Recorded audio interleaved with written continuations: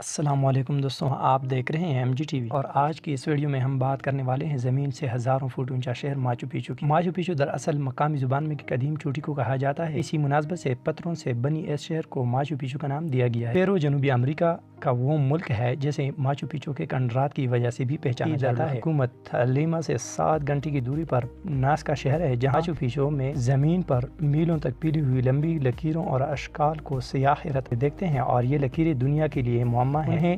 ناسکا lens بھی کہا جاتا ہے۔ یہ کنڈرات آنکا کا شہر کے نام سے بھی پہچانے جاتے ہیں، جو ماچو پیچو ان کا سلطنت کے زمانہ عروج میں بسایا گیا تھا۔ ماہرین آثار اور تاریخ نویسوں کا خیال ہے یہ شہر 1450 کے دوران آنکا قوم کے لوگوں نے تعمیر کیا گیا تھا۔ ماچو پیچو میں پتھر سے تعمیر کردہ 216 عمارتوں کے آثار آج کے دور کے انسانوں کے لیے حیرت کا باعث ہیں، کیونکہ یہ بلند اور سطح سمندر سے 2430 میٹر کی اونچائی پر تعمیر کیا گیا ہے، جو اس دور میں معماروں کے لیے چیلنج رہا ہوگا۔ 1911 میں دریافت ہونے والا ماچو پیچو دنیا کے مقبول ترین سیاحتی مقامات میں سے ایک ہے۔ تاریخ کہتی ہے یہ ان کا تہذیب کے عروج کا یادگار شہر ہے، اور یہ 15ویں اور 16ویں صدی کا زمانہ تھا۔ ماہرین آثار کے مطابق ماچو پیچو کی آبادی 1000 سے زائد نفوس پر مشتمل رہی ہوگی، جسے اس علاقے کے ہسپانوی حملہ آوروں کی وجہ سے ویرانی اور بربادی کا سامنا کرنا پڑا۔ تاہم اس بارے میں مختلف خیال اور تصورات موجود ہیں۔ یہ بھی کہا جاتا ہے کہ کسی وبا